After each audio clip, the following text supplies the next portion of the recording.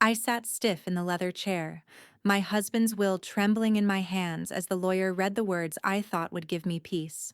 Everything goes to you. But before the air could even leave my lungs, my son's chair scraped against the floor. He snatched the pages, his face pale with fury, and with one brutal tear ripped them in half. Not anymore, he spat, the sound of paper shredding louder than my heartbeat. In that instant, I wasn't his mother. I was his enemy. Wait. Before we go any further, I gotta ask, where are you watching from? Drop it in the comments, and don't forget to subscribe. The attorney's office was small, neat, and uncomfortably quiet, save for the ticking of a clock on the wall. Margaret sat rigid in the leather chair, clutching the edge of the table as though it might hold her together. At 68, grief had shaped her face into something older than her years, but there was still a flicker of hope in her eyes. She was still holding on to the idea that somehow, in the end, this would go as her husband had intended. Her hands trembled slightly, betraying her attempts at composure, but she didn't dare wipe her eyes. Not here, not now. She had steeled herself for this moment, the moment when she would finally hear the contents of her husband's will. Across the table, the lawyer, Mr. Collins, cleared his throat, his pen poised over the paper, as though he was about to announce something monumental. He glanced at Margaret, his gaze softening, before reading aloud in a calm, steady voice. "Margaret Lyle," he said, emphasizing her name. "Your late husband, Thomas Lyle, has left everything to you. His estate, including the house, the land, and all savings, is to be inherited solely by you." Margaret's heart beat harder in her chest. It felt like the air had been sucked from the room. She glanced briefly at the others. Daniel, her son, was sitting across from her, his face drained of color. His eyes were fixed on the lawyer, but his lips were tight, like he was holding back something sharp. His wife, Sarah, sat beside him, wearing a thin, practiced smile that only added to the tension in the room. For a brief, impossible moment, Margaret thought she might faint, the weight of the words settling in her bones. Thomas had always said he wanted her to have everything. They'd built their life together, brick by brick. This was what he'd promised her, what he'd fought for. And yet, the reality of it was somehow colder than she had imagined. The warmth of his love was gone, replaced by this sterile, legal pronouncement. She took a deep breath. She'd thought she would feel relief, a sense of justice finally served, but all she could feel was a gnawing discomfort, like something was shifting beneath the surface. Daniel suddenly stood, his chair scraping across the floor with a loud, jarring sound. The action was abrupt, almost violent in its sharpness. Margaret's gaze snapped to him, heart sinking. He had always been so composed, but now his pallor betrayed him. His eyes were wide with disbelief, his hands trembling. Without a word, Daniel snatched the will from the lawyer's desk, his fingers curling around it like a fist. He stared at the pages for a long moment, his chest heaving with what might have been a breath or a suppressed sob. And then, with an emotion Margaret couldn't place, he ripped it in half. The sound of paper tearing, sharp and final, echoed in the room. "Not anymore," Daniel said, his voice chillingly cold. His eyes locked with hers then, and Margaret felt an icy wave crash over her. His expression was unreadable, a mixture of fury and something darker, something that cut deeper than any physical wound. It was betrayal, plain and simple. She had always expected the world to change, to test her after Thomas's death, but not this, not from him. Daniel threw the torn pieces of the will onto the table, his face rigid as Sarah watched from beside him, her smirk barely concealed. It was a look of triumph, of satisfaction, as though they had planned this from the beginning. Margaret sat there, unable to move, unable to speak. Her mind struggled to make sense of it. This was her son, the boy she had raised, the child she had nursed through illness and heartbreak. How had they come to this? She felt a coldness settle in her chest, far colder than the death of her husband. It was the deep, penetrating realization that the man she had loved, Her son, Daniel, had turned on her. The world she had known was shattering, pieces of it flying away like those fragments of paper. Sarah's smirk grew, and Margaret's throat tightened. She wanted to scream, to fight back. But something inside her froze. A part of her was paralyzed by the enormity of the betrayal. Not just the financial loss, but the emotional toll of losing her own son to whatever poison had infected his heart. For the first time, Margaret wasn't sure who Daniel was anymore. "Margaret," Mr. Collins said, his voice tentative, breaking the silence. I'm sorry, but this changes everything. I'll need to." But Margaret didn't hear him. Her mind was a swirl of disbelief and confusion, her thoughts caught in a fog. She tried to focus, tried to hold on to something, anything, that would make sense of this moment. But it was as though the room had spun, and everything had shifted beyond her control. Her son had torn the paper. But what else would he tear apart next? The drive home felt like an eternity. The familiar streets of her small town passed by in a blur, the trees and houses mere shadows in the corner of her vision. Margaret's hands gripped the steering wheel, the leather cold beneath her palms, but the sensation did nothing to anchor her. She could barely feel anything. She was numb, each mile stretching further away from the room where her son had destroyed everything. Her eyes were fixed straight ahead, but her mind wandered. She replayed the scene in the lawyer's office over and over again, the sound of the paper ripping, the chilling words Daniel had thrown at her like a slap. Not anymore. The words echoed in her mind like a cruel mantra, sharp enough to cut through the fog of her shock. How could he have done that? Her son. How could he be capable of such coldness? And then there was Sarah, standing beside him.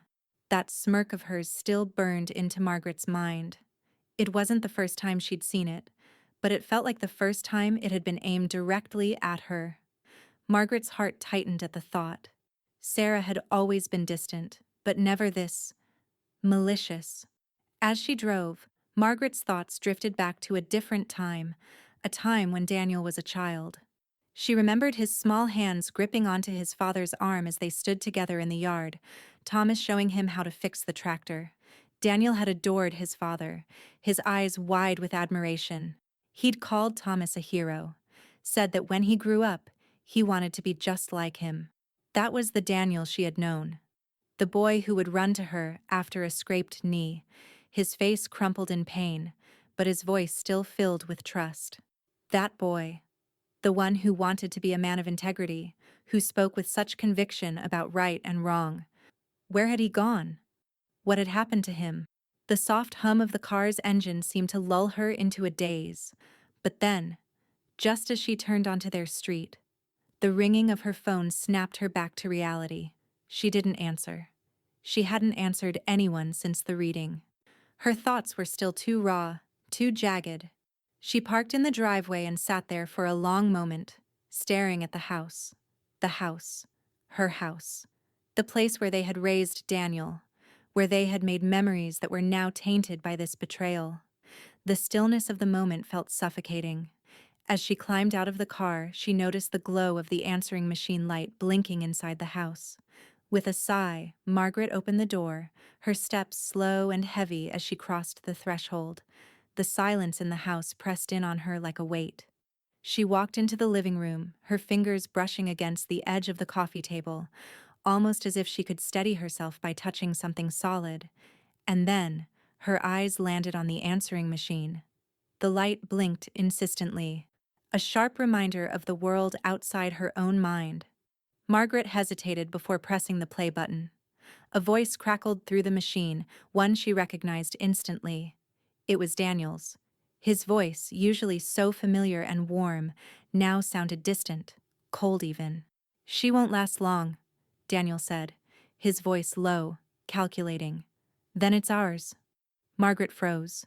Her stomach dropped, and a wave of nausea hit her so hard that she had to steady herself against the back of the couch. It felt like the ground had been ripped out from under her, and she was falling into a dark, endless void. For a moment, she didn't even know how to process what she had just heard. It's ours. What was he talking about? Had it been part of the plan all along? Was the will just the beginning? Did he always intend to tear it apart? To tear her apart? The realization hit her like a slap to the face. This wasn't just about anger. It wasn't just a moment of rage or confusion. This was calculated. This was a plan. Margaret's hands clenched into fists at her sides. She had known, in the deepest part of her heart, that something was wrong with Daniel, that the man he had become was not the boy she had raised. But now, as the words rang in her ears, as the meaning of them sank into her bones, she understood just how far gone he truly was. Her grief for Thomas, her sorrow over his death, began to morph into something darker, something quieter. Fury. A cold, simmering fury that built up inside her chest, tightening around her lungs until she could hardly breathe. She had been blindsided by his betrayal, but now she felt a new resolve starting to take shape. She wasn't going to let him win. Not like this. Not without a fight. Margaret stood in the middle of the living room, her hands shaking with the realization of how deep this went. Everything she had built, everything she had believed in, her family, her home, her future, was slipping through her fingers. But now there was something else stirring within her. It was a quiet anger, but it was hers. It was the first time in her life, in a long time, that she had felt anything other than helpless. And as she looked out the window, the shadows of dusk creeping over the yard, Margaret knew that the battle was just beginning. The knock on the door came sharply, an unsettling echo that rippled through the stillness of Margaret's house. She had been pacing the living room, her mind a tangled mess of rage and disbelief, ever since the voicemail had sent her world spinning. She knew who it was before the first knock faded away. The door creaked as she opened it, revealing Daniel and Sarah standing on the porch. Daniel's face was tight, his jaw clenched, but Sarah stood beside him, her expression calm, almost too calm, a mask of politeness that didn't reach her eyes. "Mom," Daniel said, his voice low, a strange blend of exhaustion and authority. "We need to talk." Margaret stood in the doorway, unwilling to invite them in. "I think we've talked enough." Daniel's eyes flickered with something unreadable before he looked at Sarah, who gave him a small nod, a signal of some sort. He took a step forward, his posture stiff, as though every word he was about to speak had been rehearsed. "Mom, you know what's best for you. All we're asking is that you sign the house over to us. That way, we can avoid any unnecessary problems. You're not in the best shape to manage all this." The words stung, but they weren't a surprise. They were part of the plan he had orchestrated for so long. Margaret's heart pounded in her chest, but she refused to show it. She stood tall, looking him square in the eyes. "I'm not giving you the house," she said, her voice steady, even though her hands shook. "This is my home. Thomas built it for us, and I'm not going to let you take it." Sarah's lips curved into a smile, but it wasn't a kind one. "Margaret, darling, you're getting older. You're not as strong as you used to be. This house is too much for you. It's just too much." Margaret felt the weight of those words settle deep into her chest, as though Sarah was poking at an old wound. But she wouldn't let them see how much it hurt. She pressed her lips together and stepped back slightly, closing the door enough to signal she wasn't giving them an inch. "Mom," Daniel said, his voice suddenly harder. "This isn't just about you anymore. You don't get to keep everything to yourself. The house, the money. It's ours now. You need to accept that." He moved towards the door, his anger barely contained. "Don't test me, Mom," he said, his voice ice cold. "I won't back down." Margaret's heart skipped a beat at the vehemence in his words, but she stood her ground. "You've already tested me, Daniel, and I'm not going to let you destroy what your father and I built." With that, Daniel's face twisted with frustration. He slammed his fist against the doorframe, and for a moment, Margaret thought he might break through. But instead, he turned on his heel, his voice bitter and final. "You've made your choice," he spat, stalking off the porch, Sarah trailing behind him, her expression one of quiet satisfaction. Margaret didn't watch them leave. She just stood there, feeling her heart thudding in her chest. The world was closing in on her. And yet, she wasn't sure which way to turn. Her son, her own flesh and blood, was fighting her like a stranger. And his wife, Sarah, seemed to be pulling all the strings, manipulating him like a marionette. It was all so wrong, so foreign. Margaret shut the door, pressing her back against it for support, the reality of it all settling deep into her bones. She felt fragile, like a glass that might shatter at the slightest pressure. But beneath that fragility, something else was stirring. A quiet, unshakable resolve. She wasn't going to let them win. Not like this. She moved toward the small desk in the corner of the living room, where Thomas had kept all their important papers. The drawer creaked open as she searched through the neatly stacked files. Her fingers brushed over documents she'd long since forgotten, the legal papers and deeds of the house. It all seemed so insignificant now, as though the paper they were printed on no longer held any meaning. Then, at the very bottom of the drawer, something caught her eye. A letter, folded and slightly yellowed with age, her husband's handwriting. She recognized it instantly. It was one of the letters he had left for her after he'd fallen ill, before everything had changed.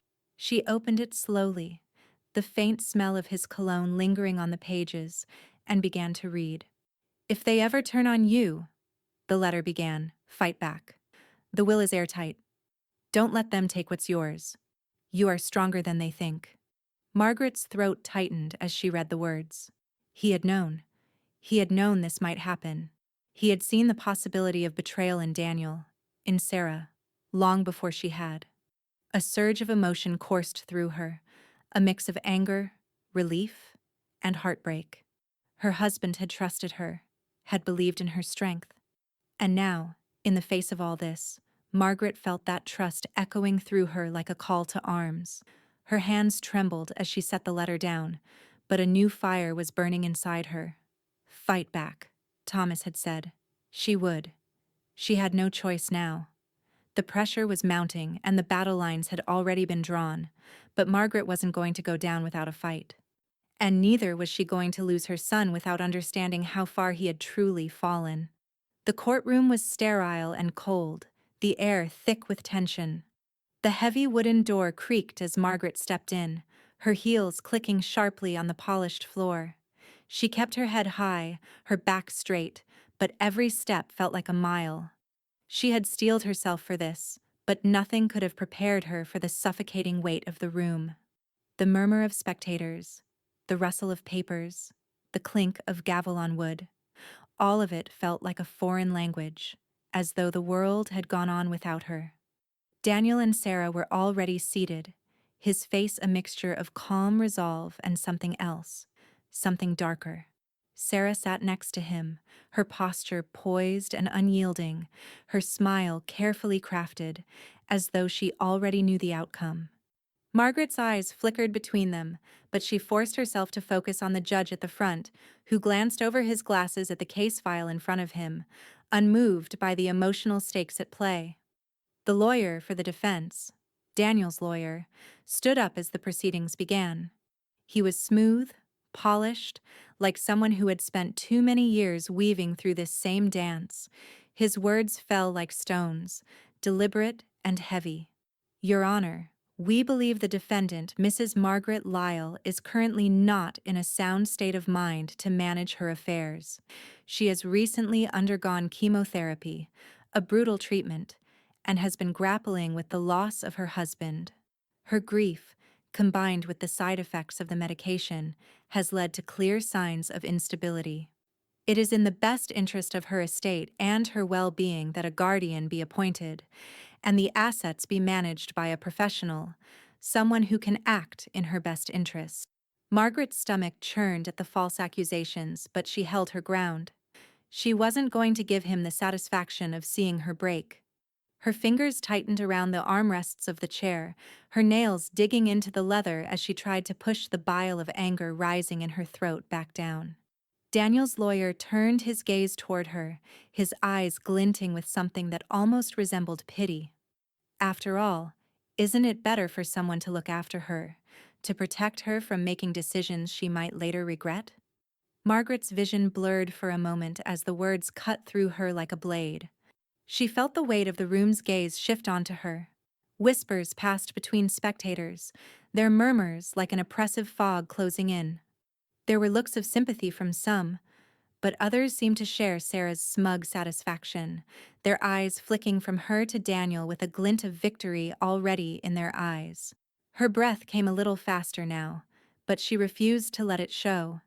She could feel her pulse thumping in her ears, the tension in her chest building, but she swallowed it down, forcing herself to stay calm. She wasn't going to let them see her break. Not here. Not in front of everyone. The judge, an older man with a sharp face and unyielding eyes, looked at her then, his expression unreadable. His voice cut through the air, heavy with skepticism. "Mrs. Lyle," he began, his tone clipped, "while I sympathize with your situation, I cannot ignore the concerns raised by your son. The court will need to ensure that you are fit to continue managing your affairs. I am ordering a full psychological evaluation. We'll reconvene once that report has been reviewed." Margaret's heart sank. It wasn't an outright dismissal of Daniel's claim, but it might as well have been. Her son had used her grief, her illness as a weapon against her. And now the entire court was treating her like an invalid, a fragile woman who needed to be handled. As the judge banged his gavel, signaling the end of the hearing, Margaret stood slowly, her legs shaky beneath her. The whispers grew louder as she made her way out of the courtroom, the weight of judgment pressing down on her shoulders. The murmurs followed her like shadows. Poor Margaret. She can't even handle this on her own. But it was Sarah's smirk that stung the most. It wasn't just a look of victory. It was the look of someone who knew they had already won. Margaret turned, her steps steady despite the storm in her chest, and caught her lawyer, Ethan's eye. He was waiting by the door, his expression tight but reassuring. "You did well," he said quietly, offering her a small nod. "This isn't over." Margaret nodded back, though it didn't feel like enough. She could still hear the whispers, still feel the pressure of Daniel's betrayal like a weight on her back. "Don't worry," Ethan added, his voice a low murmur. "The truth is on your side. We'll fight this. He won't win." But as they stepped out into the hallway, Margaret's thoughts churned. What was Daniel's plan? How far was he willing to go? Was this just the beginning of something worse? The weight of the court's decision pressed on her chest, but beneath it, there was something else. Something darker. Daniel wasn't just fighting for control of the house. No, he was fighting for her entire life. And Margaret was starting to understand the extent of what he was willing to destroy to get what he wanted. This was only the beginning. The morning after the hearing, the weight of the previous day hung heavy in the air. Margaret sat at her kitchen table, the mug of coffee in front of her untouched. The silence around her felt like it was closing in. The walls of her house, her sanctuary for decades, now seemed like a cage. She had never felt more alone. The whispers from the courtroom echoed in her mind, the sneers from Sarah and Daniel still searing in her memory. Her fingers brushed over the papers in front of her, but they all blurred together. Documents she'd filed away long ago, the things her husband had left for her to manage. She needed a distraction, something to keep her from succumbing to the weight of it all. That's when she saw it. A folder, hidden under a stack of old tax documents, its edges frayed and worn. It wasn't like the other files. It was thicker, more substantial. Something about it stood out. Margaret felt a flutter of unease, but curiosity pushed her to slide the folder from its hiding spot. Her hands, still shaky from the morning's humiliation, moved carefully as she opened it. The first thing that caught her eye was a set of bank statements. They were neatly organized as though Thomas had planned for this moment, knowing she would need them eventually. She leaned in, eyes narrowing. There, at the top of the first statement, was an account balance that nearly took her breath away. Millions. And it was all in her name. Her heart skipped a beat and she skimmed through the statements, her pulse quickening. The account was filled with investments. Long-term ones, carefully curated, all untouched. They were substantial, more than enough to secure her future, and then some. Margaret sank back into the chair, stunned. She had known her husband had been successful.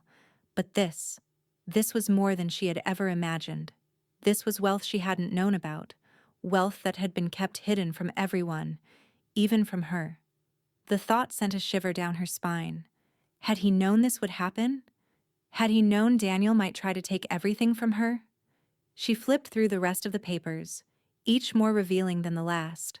There were investment portfolios, insurance policies, trusts, all of it pointing to one thing. Thomas had set it up with a clear intention. He had protected her, set her up to be secure, no matter what Daniel did. Her fingers trembled as she reached the last page. It was a handwritten note from Thomas, folded neatly in with the rest of the papers. Margaret read it aloud, her voice barely a whisper.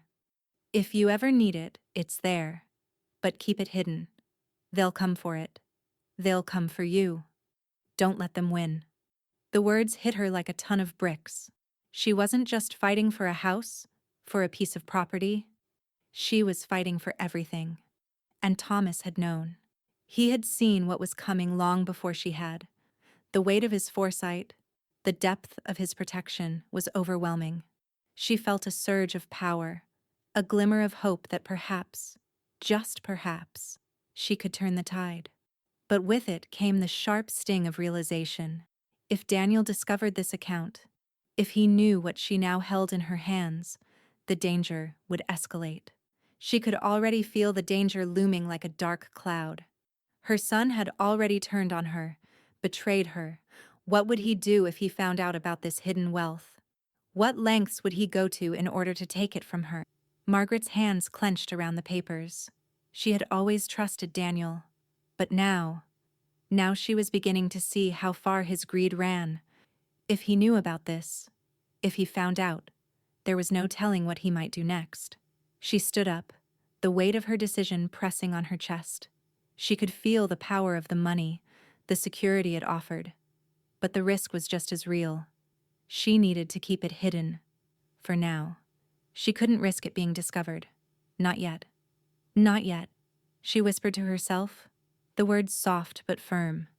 The thought of keeping this secret felt like a betrayal, like she was becoming something darker. But Margaret knew there was no other choice. She couldn't show her hand, not while Daniel and Sarah were hunting her. She had to outsmart them. She had to be ready for whatever came next. As she tucked the papers back into the folder and slid it under the desk drawer, a strange sense of calm washed over her. It wasn't peace. There was no peace to be found here, but a quiet determination. The battle was far from over. In fact, it was only just beginning. Margaret straightened, her resolve hardening like steel. Her husband had left her a weapon, a lifeline, but it was one she would have to wield carefully, silently, in the shadows. The question now was how far Daniel would push her, and whether she could survive it. Margaret unlocked the front door just before sunset, the golden light stretching long across the porch.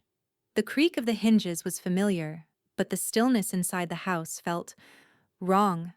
There was no other sound, no hum of the refrigerator, no tick of the old wall clock, just a heavy silence that made the hairs on the back of her neck rise. Then she saw the first drawer. Open. Its contents spilled onto the hardwood floor like the aftermath of a struggle. Margaret stepped inside, the air thick and unmoving. Her heart began to thud, slow at first, then faster with each step she took. The living room was worse. Her late husband's desk had been rifled through, files scattered, envelopes torn, folders upside down.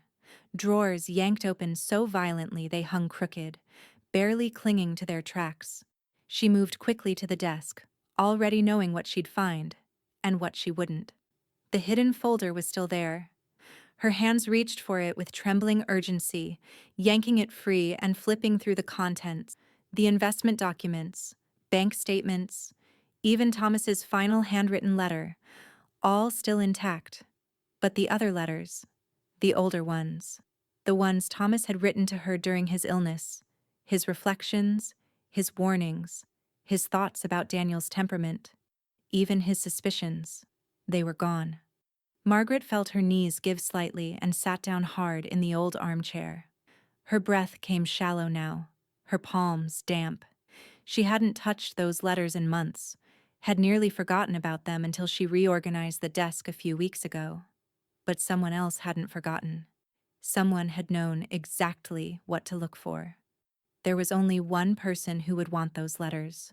Only one person desperate enough to break in without taking a single television, laptop, or piece of jewelry. Her son. The rage that coursed through her now wasn't loud. It was silent and sharp, like a wire pulled tight across her chest. She could feel her pulse behind her eyes, her fists clenched on instinct. He didn't even have the spine to come himself, she thought. He sent someone. Some lackey to dig through my life like a thief.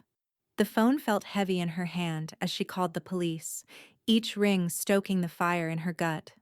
When the officer arrived, a baby-faced 20-something with a clipboard and apologetic smile, he stepped carefully over the mess and took a long look around. He made a note, then another. And then he said the words that made Margaret want to scream. "Looks like a domestic situation, ma'am. Family dispute. Nothing valuable taken, right? Just papers?" Margaret stared at him, stunned. They weren't just papers. They were letters from my late husband. Personal, private letters. He nodded, sympathetic but unmoved. "I get it, ma'am. It's just, without forced entry or items of value stolen, this isn't likely to go anywhere. Do you have any enemies?" She wanted to say yes, my son, but the words caught like gravel in her throat. "I'll file a report," he said, already turning toward the door. "But unless something turns up missing from your bank accounts, there's not much else we can do." And then he was gone. Just like that. Margaret stood alone in the mess, the police report doing nothing to soothe the rage brewing in her chest. The house felt violated. Her privacy had been stripped away like wallpaper from old plaster, layer by layer, until only exposed, ugly truth remained. It was nearly dark when she heard the back gate creak open. A moment later, a familiar voice called out, "Margaret, you okay in there?" Edna. She stepped into the doorway like she had 100 times over the years, her silver bob tucked under a baseball cap, sleeves rolled high, eyes scanning the mess behind Margaret like a hound on the trail. "Good God," she muttered. "What happened?" Margaret didn't say anything at first. She just stood there, shaking slightly. Edna moved forward, resting a hand on her shoulder, grounding her like an anchor in a storm. "They came looking," Margaret finally said, her voice low. "For what, I'm not sure. But they took something. Letters. From Thomas." Edna's mouth set into a hard line. "That boy of yours?" Margaret nodded once, slow. "Well," Edna said, glancing around the room, "he messed with the wrong woman. I'll be damned if I sit back and let him run you down like this." Margaret looked at her friend, this woman who had been beside her through bake sales and funerals, who'd helped dig the garden and held her hand during chemo. There was steel in Edna's gaze now, unyielding and dangerous. "You're not alone in this," Edna said firmly. "Not anymore." Margaret wanted to believe her. She needed to believe her. But as she looked at the shattered calm of her home, a gnawing question pulsed behind her ribs. If Daniel was willing to do this, send someone into her home, what would he do next, once he realized the real secret hadn't been touched yet? The next morning, Margaret sat across from Ethan in his downtown office, the walls lined with polished bookcases and certificates that made everything feel coldly official. Her hands were folded tightly in her lap, but there was no tremble in them today.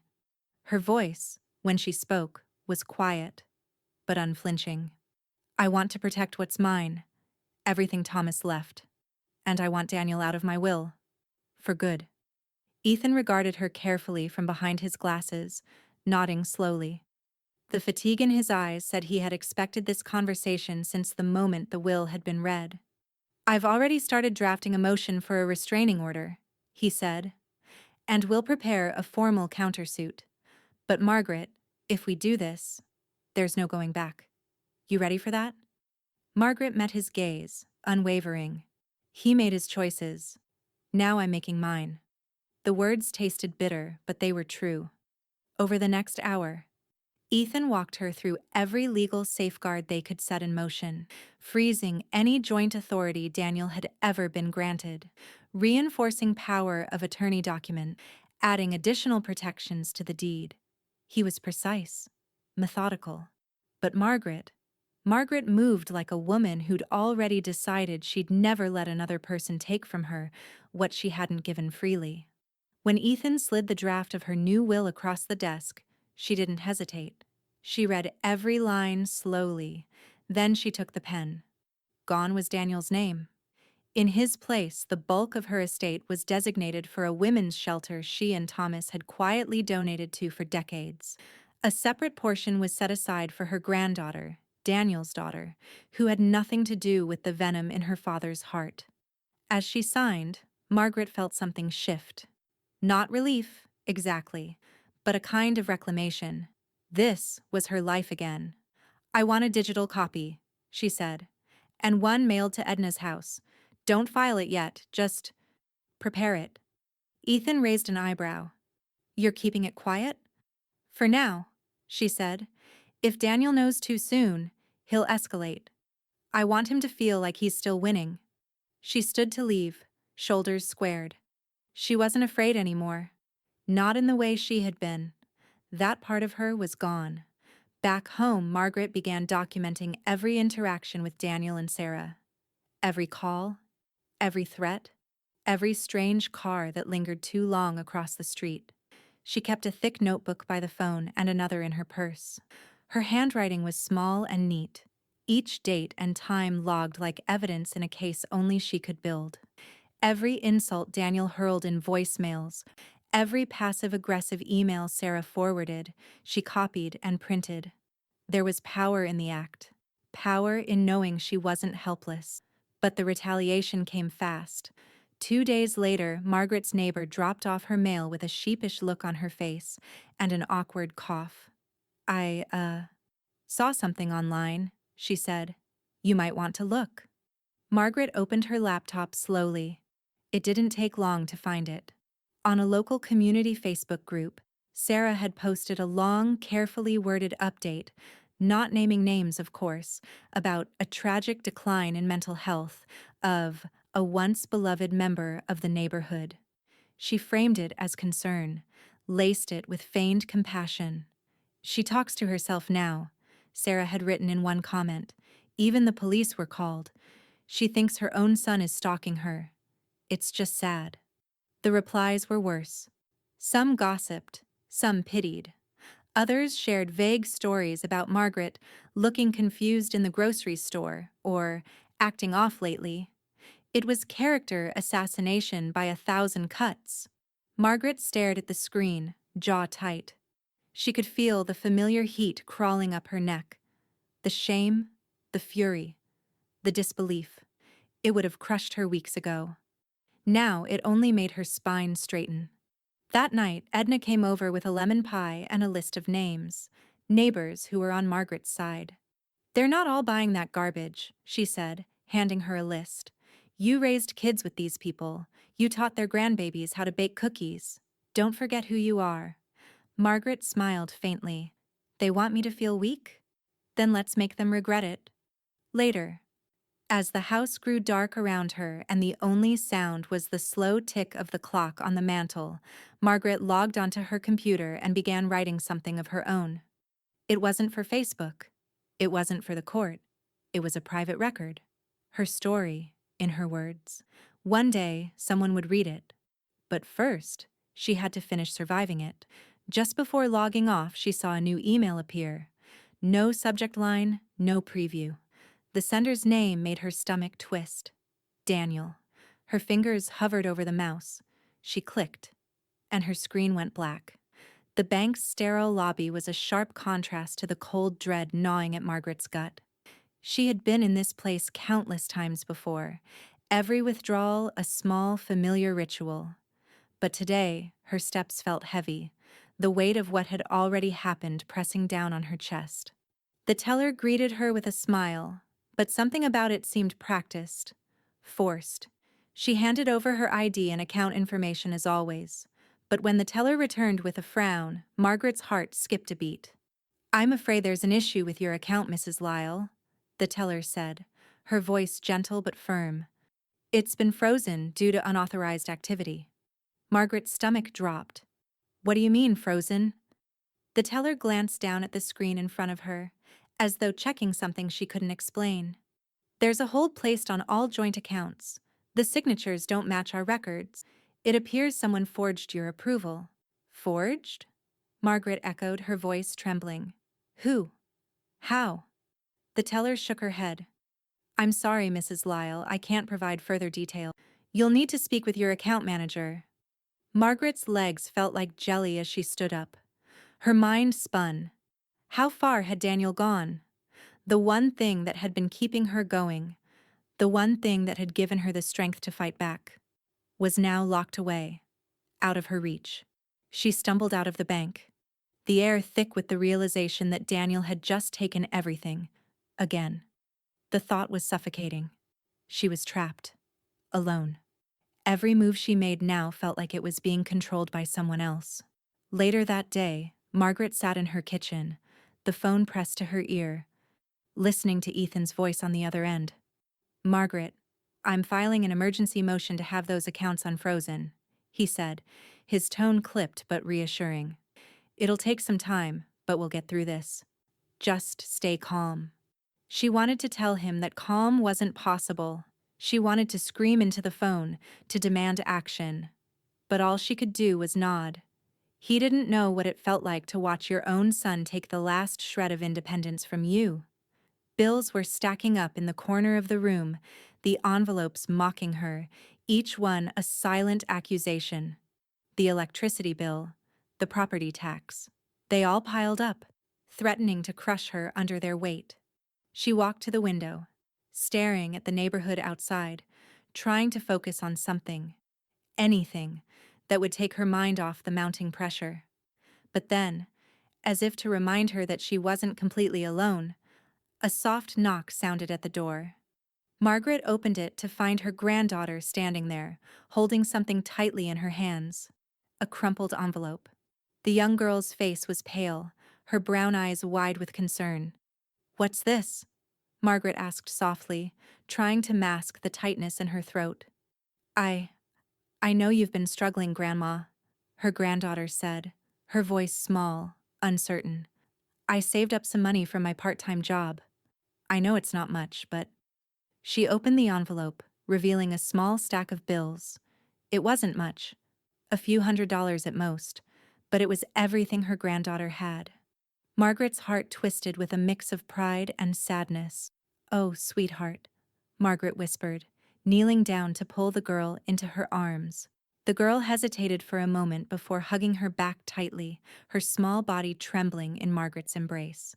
"You don't have to," Margaret said, her voice thick with emotion. "You shouldn't have to give me anything, but thank you. Thank you for doing this. I want to help, Grandma. I know you'll fix this," the girl said, her voice firm despite the tears in her eyes. "I just know you will." Margaret held her tighter, swallowing the lump in her throat. "We'll fix it.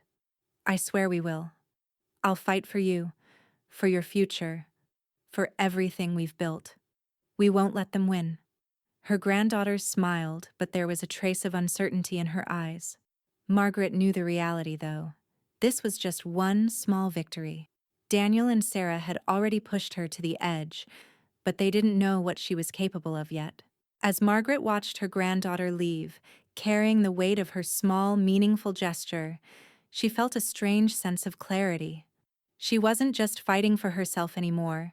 She was fighting for the generations that followed, for the people she loved, for the family that hadn't turned on her. Margaret's hands tightened around the envelope, feeling the weight of it like a lifeline. The world may have turned its back on her, but as long as she had the strength to fight, she would never back down. She had nothing left to lose, and everything to gain. The phone rang just after Margaret had finished her lunch. The house was quiet again, the hum of everyday life muted under the weight of everything she'd been through. She had spent the past few days organizing paperwork, reviewing the motions Ethan had filed, and staring at the stack of bills that had yet to be paid. But despite her best efforts to hold everything together, the world seemed to be slipping further away. "Margaret," Ethan's voice broke through the fog. "I need you to come to my office. We've found something." Her stomach tightened. What now? But there was something in his voice, something urgent, that made her rise from the chair and grab her coat without asking questions. Ethan's office felt more oppressive than usual when Margaret stepped inside. He was sitting behind his desk, the blinds half open, casting bars of pale light across the room. His eyes were fixed on the screen in front of him, his fingers tapping quickly on the keyboard. "Sit down," he said, not looking up. Margaret did as she was told, but her heart was racing. She wanted to ask what was going on, but she already knew. She could feel it in her bones. Something was about to break wide open. "I've been digging into Daniel's finances," Ethan said, still focused on the screen. "You were right to be suspicious." Margaret's breath hitched. Suspicious didn't even begin to cover what she felt. She had suspected something, but to hear him confirm it was another thing entirely. "Look at this," Ethan added, spinning the screen toward her. The bank statements on the screen were detailed, showing the kind of activity that made Margaret's blood run cold. Her son had been borrowing money. A lot of money. Loans that weren't in his name. Loans tied to gambling debts, some of which had been hidden under multiple aliases. The evidence of his desperation was laid bare before her. Her hands shook as she scanned the document. He had borrowed thousands. No, millions. From shadowy lenders, from people who took risks no one should be willing to take. Daniel had gambled everything. And now, it seemed, he was willing to sacrifice his own family to cover his losses. He was planning to liquidate the estate, Ethan said quietly, as though reading her mind, "using your inheritance as collateral." Margaret's heart stopped. Her inheritance. What was left of it? What Thomas had built?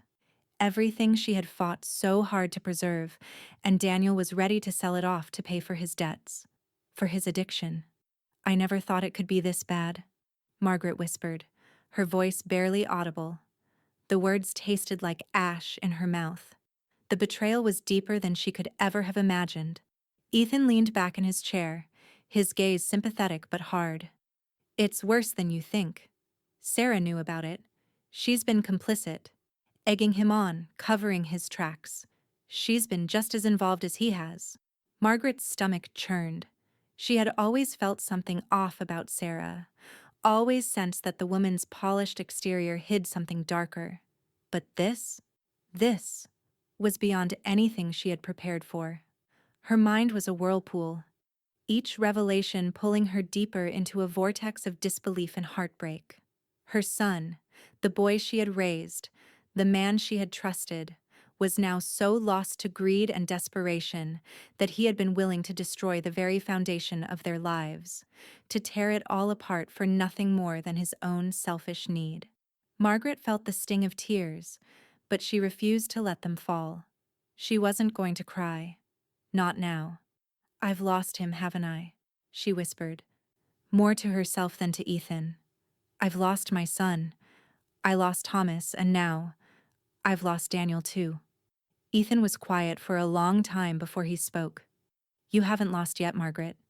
We have proof. We have the evidence we need. This isn't over.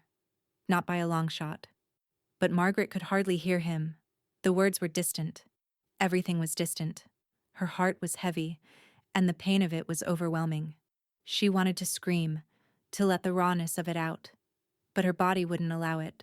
She just sat there, numb, as the weight of her son's betrayal settled into her bones. She had always thought she could rely on him. She had always thought that no matter what, family would be the one thing that never betrayed her. And now, everything was broken.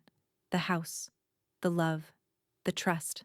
I don't know if I can keep fighting this, Ethan, Margaret whispered, her voice a bare tremor in the stillness of the room. I don't know how. Ethan stood up and walked around to her side of the desk. His hand was gentle on her shoulder, but there was fire in his eyes. You can, because if you give up now, Daniel wins. And I know you're not going to let him do that. Not after everything you've been through. Margaret's chest tightened as she stood up, wiping away a tear she hadn't meant to let slip. She had been broken once, but she wouldn't let it happen again. The fight was far from over. And this time, she wasn't just fighting for herself. She was fighting for everything she had left. For her dignity, for the future, for the legacy of a love she couldn't let be destroyed. She would make sure Daniel paid for everything he had done. And this time, he wouldn't get away with it. I'll fight, she said, her voice firm again, like steel being forged. Ethan nodded. I knew you would. And as Margaret left the office, she knew that the next move would be hers. Daniel had crossed the line, and now, the game had changed. Margaret wasn't prepared for it when the doorbell rang. She hadn't expected him to come, not like this.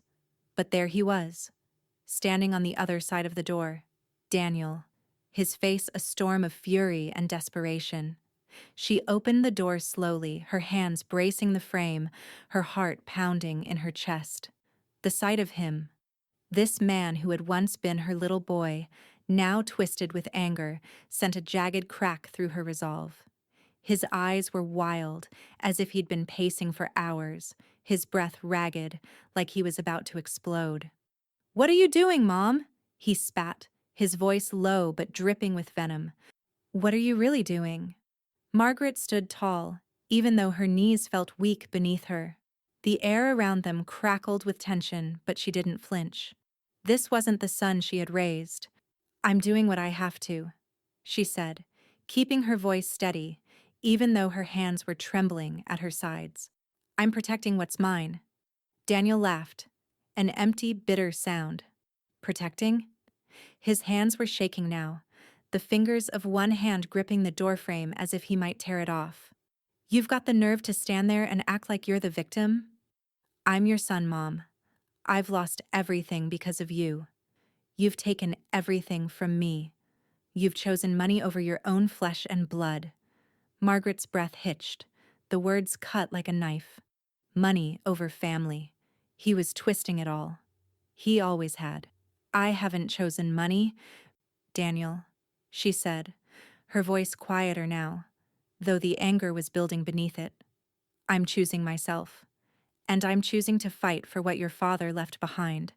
What you're doing, what you've done, has nothing to do with family. It's about greed. The rage in his eyes darkened. He stepped closer, his voice rising. You think you can just cast me aside after everything we've been through?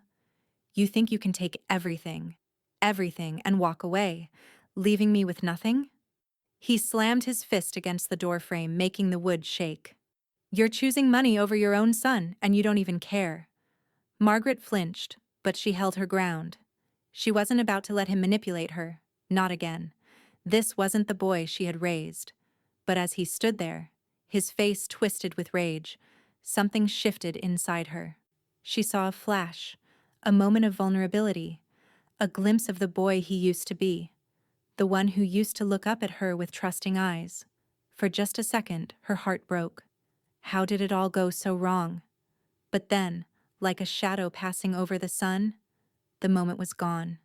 Daniel was back to his angry, desperate self. You think I've crossed a line? He shouted, stepping forward so fast that Margaret instinctively took a step back. You've destroyed everything, Mom. You think you can just disown me and walk away from this? I'm your son. I'm the one who's been there for you, who stood by you. And you're just going to throw it all away for some goddamn will? He was right there now, his face twisted with hurt and anger. Margaret's chest tightened, and for a split second, she thought she might collapse under the weight of his accusations. But she didn't. She wouldn't. I'm not throwing you away, Daniel. she said, her voice steady again. But you've thrown me away. You've thrown everything we've built away. For what? To cover your mistakes? To feed your addiction? His face turned pale, his anger shifting for just a moment. You don't understand. You never understood. I was trying to fix things. I was trying to— Fix things? Margaret interrupted, her voice rising now, unable to keep the emotion in check any longer. You were trying to destroy everything. Do you have any idea what you've done? You've gambled away your future. And you would have gambled away mine too if I hadn't fought back. She took a deep breath, her hands curling into fists at her sides. I'm done, Daniel. I'm done being the person you think will always bend. I'm not going to stand by and watch you tear me apart. He stared at her, his face pale, his lips trembling as if he was on the verge of breaking down. For a moment, just a moment, Margaret saw the boy she had raised again, the one who had cried in her arms as a child, the one who had come to her for comfort after the death of his father. But that boy was gone. The man in front of her was someone she didn't recognize. I don't care what you think, Daniel spat, his voice shaking. You'll regret this. You'll regret choosing this over me. With that, he turned and stormed away, his footsteps heavy and deliberate as he made his way down the porch, his figure vanishing into the dusk. Margaret stood there for a long time, her hand still resting on the doorframe, her heart beating hard in her chest. Her son had just left her, and yet, she felt the weight of his absence more than she'd ever felt his presence. Behind her, the house was silent. Ethan's voice echoed in her mind, his warning clear. Sympathy will sink you, Margaret. She wasn't going to fall for it. Not anymore. Margaret closed the door softly, her mind already racing, already preparing for the next battle. This wasn't over. Not by a long shot. She wouldn't let Daniel break her again. The courthouse was a cavern of cold stone and echoing footsteps, the air thick with the weight of what was to come.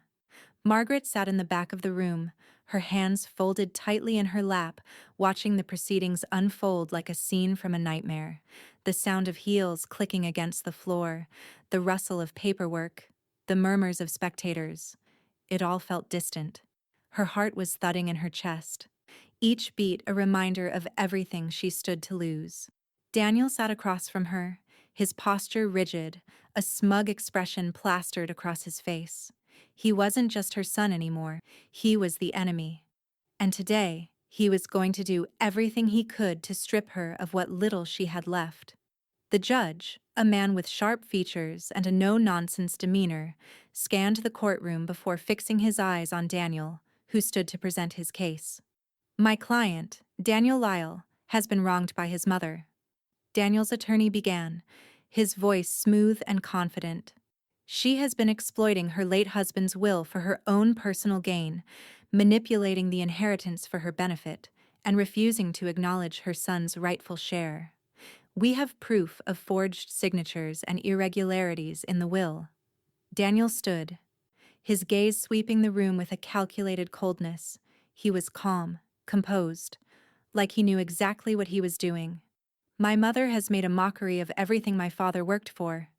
She has left me and my family with nothing, while she hoards what is rightfully mine.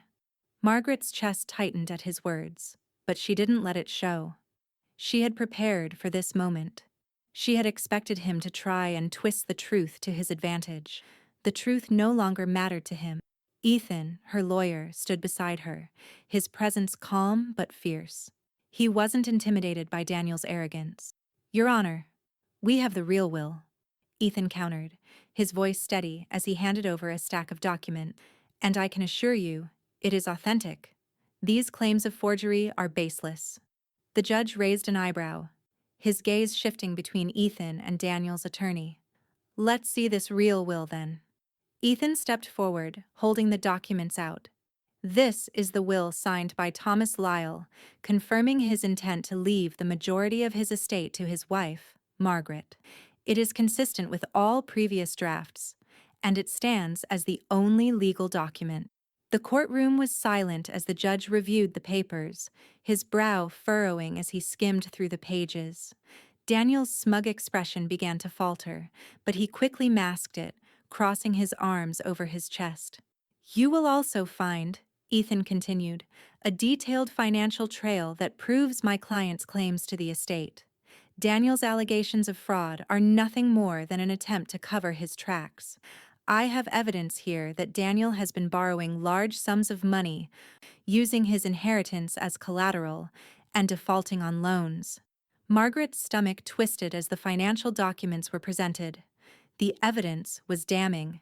It laid bare Daniel's desperation, his gambling addiction, and his willingness to sacrifice everything he had for a quick fix. His face turned pale as the judge scanned the numbers.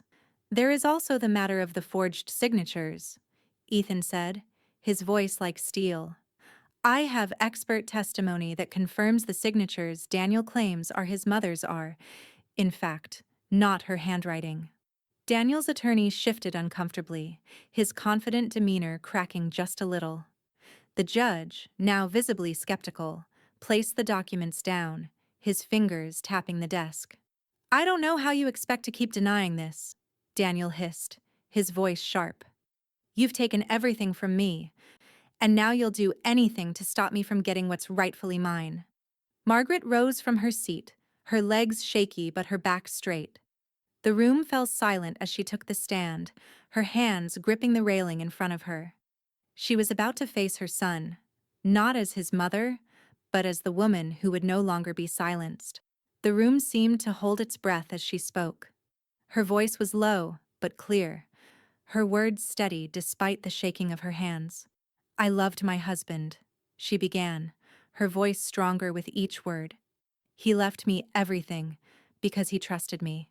I never asked for more than what was ours. I never took anything that wasn't given freely.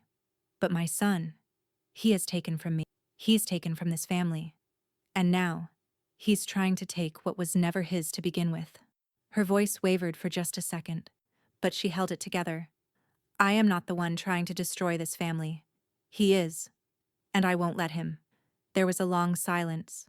Daniel's eyes were wide, his jaw clenched tight. The pain was evident now, the betrayal between them raw and palpable.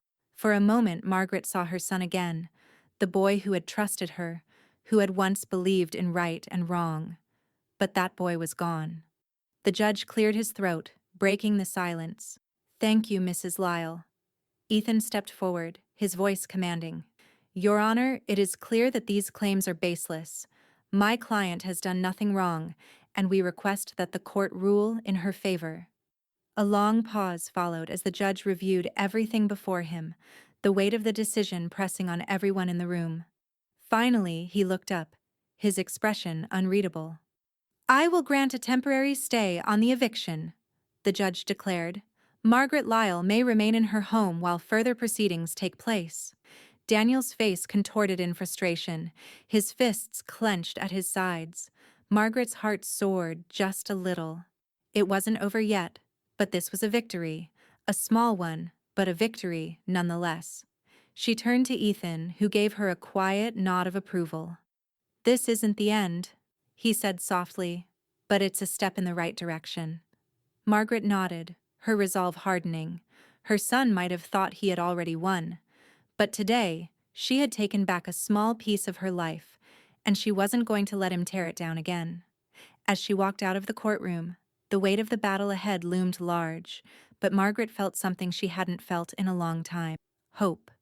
The first sign was subtle. A shadow in the corner of her eye, a fleeting figure that vanished as soon as she turned her head. Margaret had learned to ignore the small things over the years, to not let them invade her peace. But this felt different. It was mid-afternoon when she noticed it for the second time. As she walked to the car, a car down the street was parked where it shouldn't have been. It had been there earlier when she came back from the store, and now it was back again. It was an unremarkable sedan, but there was something about it. Something about the way it blended into the neighborhood that made her uneasy. Her fingers gripped the grocery bags a little tighter as she reached for her keys. Her heart raced, but she didn't want to believe the feeling creeping down her spine. "You're just being paranoid," she told herself. "It's nothing." But that night, as she sat down to dinner alone, the phone rang. The voice on the other end was distorted, the words muffled, but Margaret knew exactly what it meant. "I know what you've done, Margaret," the voice rasped. "This is just the beginning. You won't win. You'll never win." Her stomach dropped. How did they know? The next few days were worse. The phone calls continued, anonymous, threatening, each one a reminder that the fight had escalated far beyond what she had expected. The threats were clearer now. Give in, or else. Margaret tried to ignore them, tried to convince herself that this would all blow over. But every time she passed the windows, every time she checked the driveway, the sense of being watched grew stronger. And then came the letter. It arrived on a Wednesday, just as Margaret was finishing her morning tea. She opened it carefully, her fingers shaking. The words were typed, neat but cold, with no signature. "Your house is next. We know where you live. Stop fighting what's already lost." She dropped the letter as though it burned her breath catching in her throat. She reached for the phone, but before she could dial, there was a knock at the door. Edna stood on the other side, her expression grave. Her silver hair, usually neat, was tousled, and her eyes were dark with worry. "I know you've been getting those calls," she said, her voice low. "I don't like this, Margaret. You need to go to the police." Margaret shook her head, her hands wringing the edge of her apron. "What's the point, Edna? The police don't care about me. These are just threats. They're trying to scare me." "No," Edna said, her voice sharper now. "You're not just imagining things. This is serious. You've been followed. They're not going to stop until they get what they want. Please, go to the police. Report it again." Margaret hesitated. She wanted to fight. She didn't want to be that woman, the one who cowered in fear. But the doubt gnawed at her. The phone calls. The letter. It was becoming too real. She had been holding it together for so long, but now, in the face of this growing fear, something was breaking inside her. The house that had once been a sanctuary felt like a prison. But just as quickly, her resolve surged back. She was not going to let fear rule her life. Not again. Not ever again. "I'll go," Margaret said, her voice firm, though she felt the cold sweat on her brow. "But I'll handle it my way. They won't take me down without a fight." Later that day, Ethan met her at the house. His usual calm demeanor was replaced by something more serious, a quiet urgency in his eyes.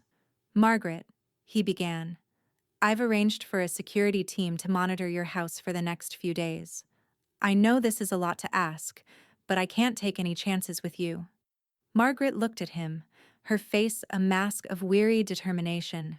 "Thank you, but I don't need protection. I need to fight back." Ethan's gaze softened, but he didn't argue. "We'll get through this. But don't do this alone, Margaret. Let us help." Her chest tightened, the walls of her house feeling like they were closing in. She wanted to push Ethan away. She wanted to tell him she could handle it. But deep down, she knew the truth. She couldn't do this alone. Not anymore. That night, after Ethan left, Margaret stood in the living room, staring at the small wooden cross at the mantel. Thomas's old Bible sat on the shelf beside it. The room was dark except for the dim light of the street lamps outside casting shadows across the floor. She felt the weight of it all. The threats, the constant fear, the loss. Margaret walked slowly to the door, pulling on her coat and stepping out into the cold night air. She didn't want to stay inside anymore. The walls felt too close, the silence too loud.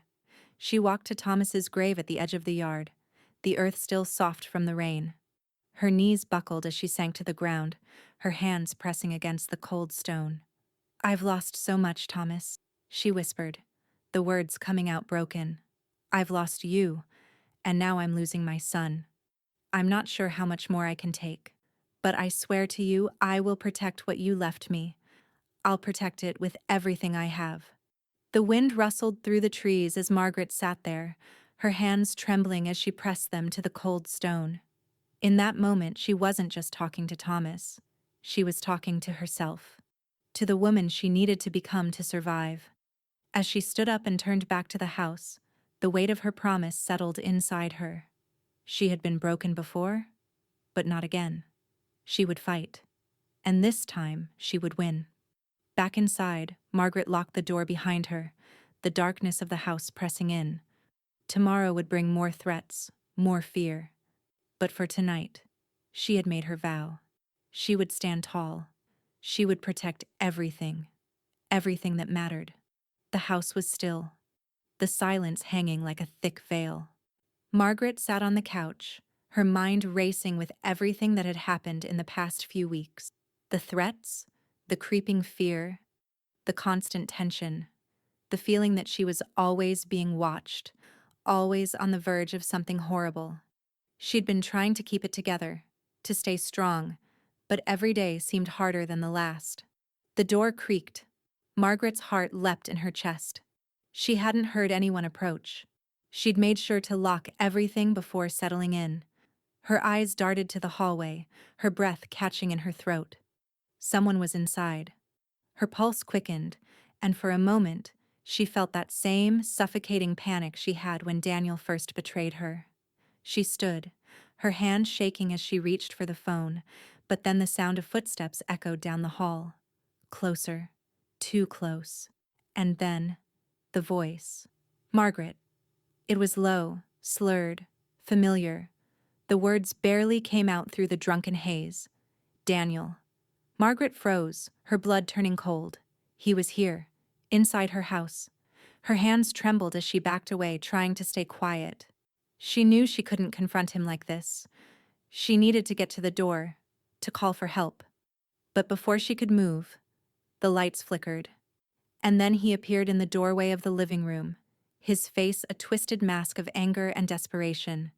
His eyes were bloodshot, pupils dilated, his clothes disheveled. His presence, so different from the son she had known, made her stomach turn. In his hand, a crowbar. "Daniel!" Margaret gasped, taking a step back, her voice shaking with disbelief. "What are you doing here?" "You ruined me!" he shouted, his voice slurred and shaking. "You think you've won? You think I'll just let you take everything?" His hands were shaking as he raised the crowbar, the cold metal gleaming in the dim light. For a moment, he just stood there, staring at her, his expression unreadable. Then, in one swift motion, he swung it at the wall, leaving a deep dent in the dry wall. Margaret's heart hammered in her chest. This wasn't her son. This was someone else entirely. Before she could react, Daniel advanced, his movements wild. "You took everything, didn't you? Everything that was mine. And now you'll pay for it." Margaret took another step back, her mind racing. She needed to stay calm, she needed to get out. But she didn't know how to move without provoking him further. Her throat was dry, her voice barely a whisper when she spoke again. "Daniel, stop," she said, holding her hands out, trying to calm him. "This isn't you. This is the addiction, the lies. I never wanted this. Never wanted you to turn out this way." He stopped, just for a moment, his breath coming in ragged gasps. The anger in his eyes flickered just for a moment, replaced with something worse. Emptiness. But then, as quickly as it had appeared, the mask of rage was back. "I've lost everything because of you," he seethed, stepping toward her again. "You're not my mother anymore. You never were." Margaret's breath caught in her throat as he took another step closer. She was cornered, her back against the wall. She didn't know what he would do next, but in that moment she realized she couldn't just wait for him to strike. She wasn't going to let him win. Not this time. She rushed for the phone, her hands shaking as she dialed 911, her voice trembling as she spoke. "Help. My son. He's here. He's inside. And he's...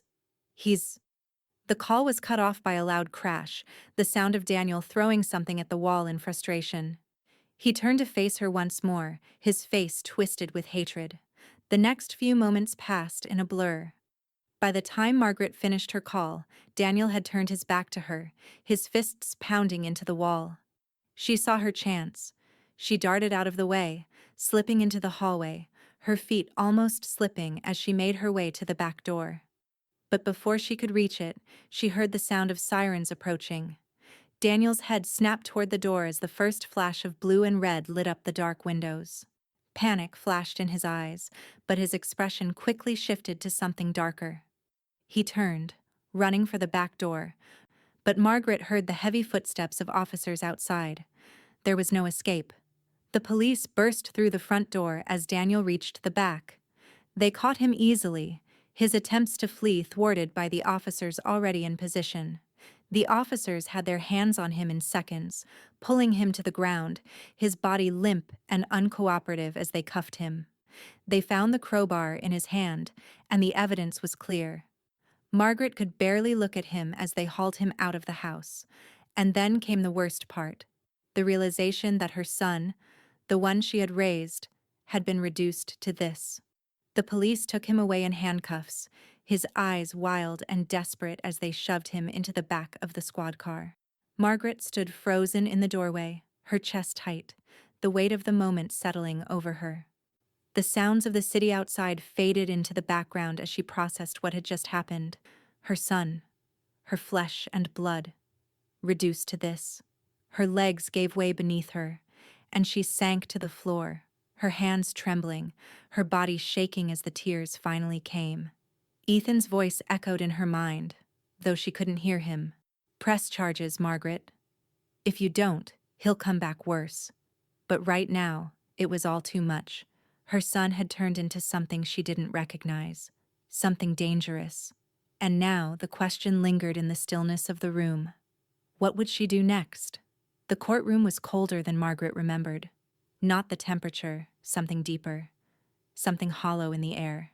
She sat on the witness bench, hands folded, eyes fixed on the man across the room. Daniel, her son. He looked like a ghost of himself. Gone was the arrogance, the rage, the fire that had once blazed in his eyes. He sat slumped beside his public defender, pale and unshaven, dressed in a wrinkled suit 2 sizes too big. His hands trembled as he picked at a loose thread on his sleeve, avoiding her gaze. The judge, a silver-haired woman with tired eyes, adjusted her glasses and looked over the bench. People of the state versus Daniel Lyle. Margaret's breath caught. The name didn't sound real anymore. Not in this context. Not like this. The charges were read. Breaking and entering, possession of burglary tools, violation of a restraining order, and attempted coercion. Ethan sat beside her, his hands calm, but his gaze sharp. Margaret's name was called. She stood, walked slowly. Her legs felt stiff, like they belonged to someone else, but her voice, when she spoke, was clear. "I never imagined I'd be here saying these things," she began, her eyes locked on the judge but her words angled toward her son. "I raised Daniel. I loved him. I still do, somewhere inside. But the man who broke into my home wasn't the boy I raised. He was someone I didn't recognize, someone I was afraid of." Her voice cracked. She swallowed. "I've lost too much already. My husband, my peace, my sense of safety. I fought to protect what was left. And I'm not proud of what this has become. But I stand here today to say, I will not be broken." She looked directly at Daniel. "I'm sorry," she whispered, "but I won't save you from the consequences. Not this time." When she sat down, she couldn't feel her legs. Her heart ached in ways that didn't even have names. The judge leaned forward, folding her hands. "Mr. Lyle," she said, "this courtroom has seen many family disputes, but rarely does it see such profound betrayal from a son to a mother." Daniel didn't look up. His shoulders curled in, as if the judge's words were striking him physically. "This isn't just about property. This is about character, about choices. You took advantage of your mother's grief. You forged, manipulated, harassed, and eventually broke into her home with a weapon. And yet, she sits here today with no demand for vengeance, only truth. There was a long pause. This court finds you guilty on all charges. However, in light of the defendant's first-time offense, lack of prior criminal history, and psychiatric evaluation indicating substance abuse and compulsive behavior, I am issuing the following sentence. Margaret closed her eyes. 3 years of supervised probation. Mandatory enrollment in a residential rehabilitation program. You are barred from holding power of attorney or access to family assets for a minimum of 10 years. Any violation of these terms will result in immediate incarceration. A hush fell over the room. Daniel finally looked up, just for a second. His lips parted like he might say something, but no words came. His eyes were red, hollow. Behind him, Sarah, Margaret's daughter-in-law, rose from her seat, stone-faced and silent. She did not look at Daniel. She simply gathered her coat, adjusted her handbag, and walked out of the courtroom without a single glance back. Margaret didn't watch her go. She was watching Daniel. He didn't cry. He didn't scream. He simply nodded at the sentence, then dropped his head to his hands, elbows resting on the defense table.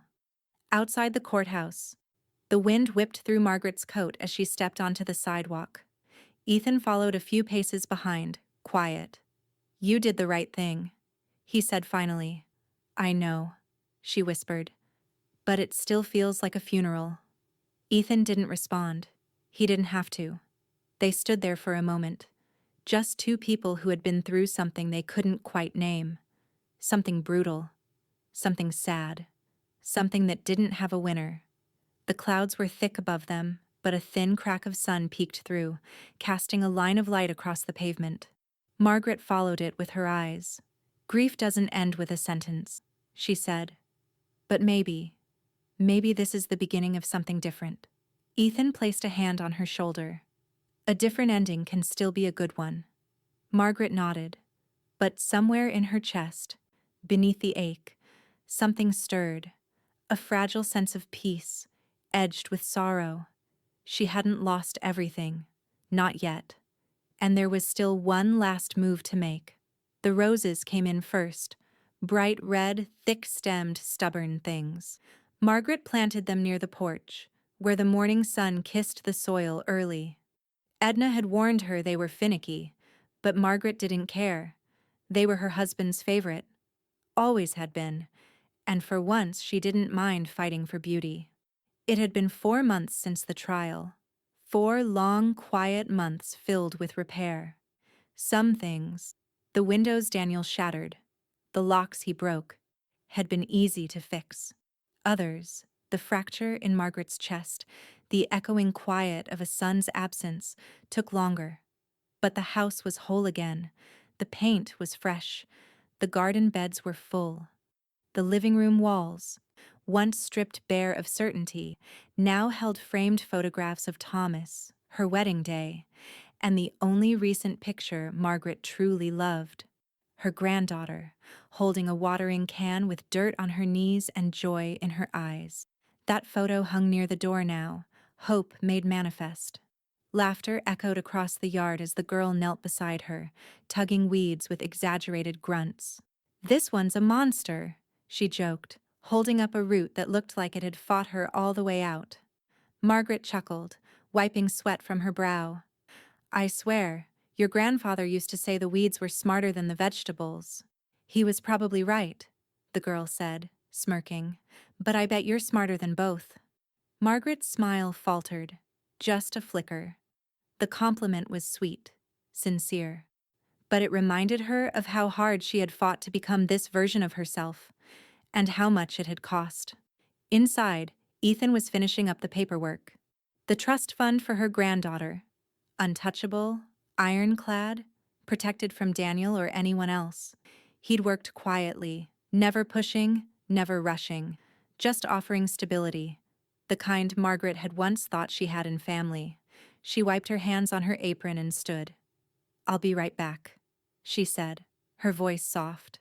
In her bedroom, the light fell across the cedar chest she had once feared opening. Now it felt different.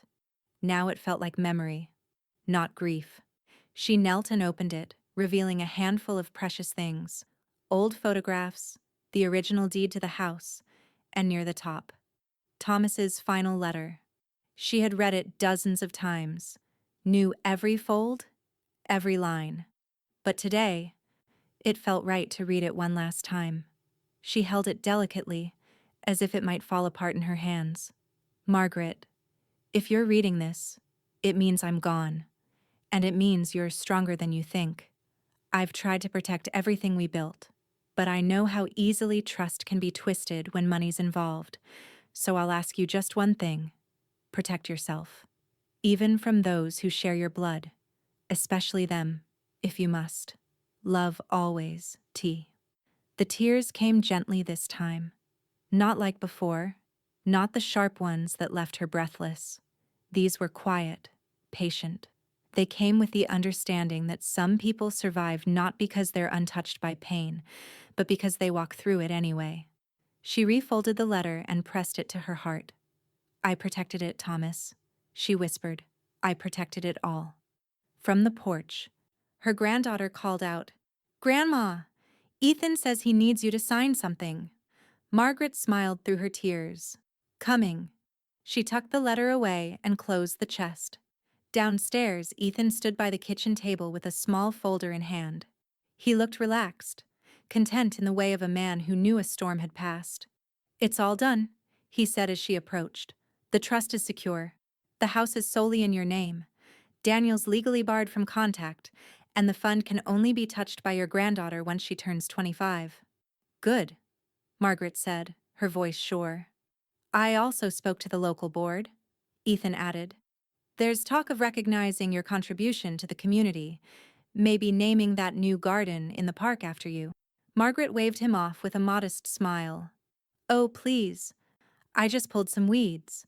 You rebuilt something, he corrected. Not just here, in people's minds. You showed them what strength looks like. Margaret looked out the window. The roses had started blooming.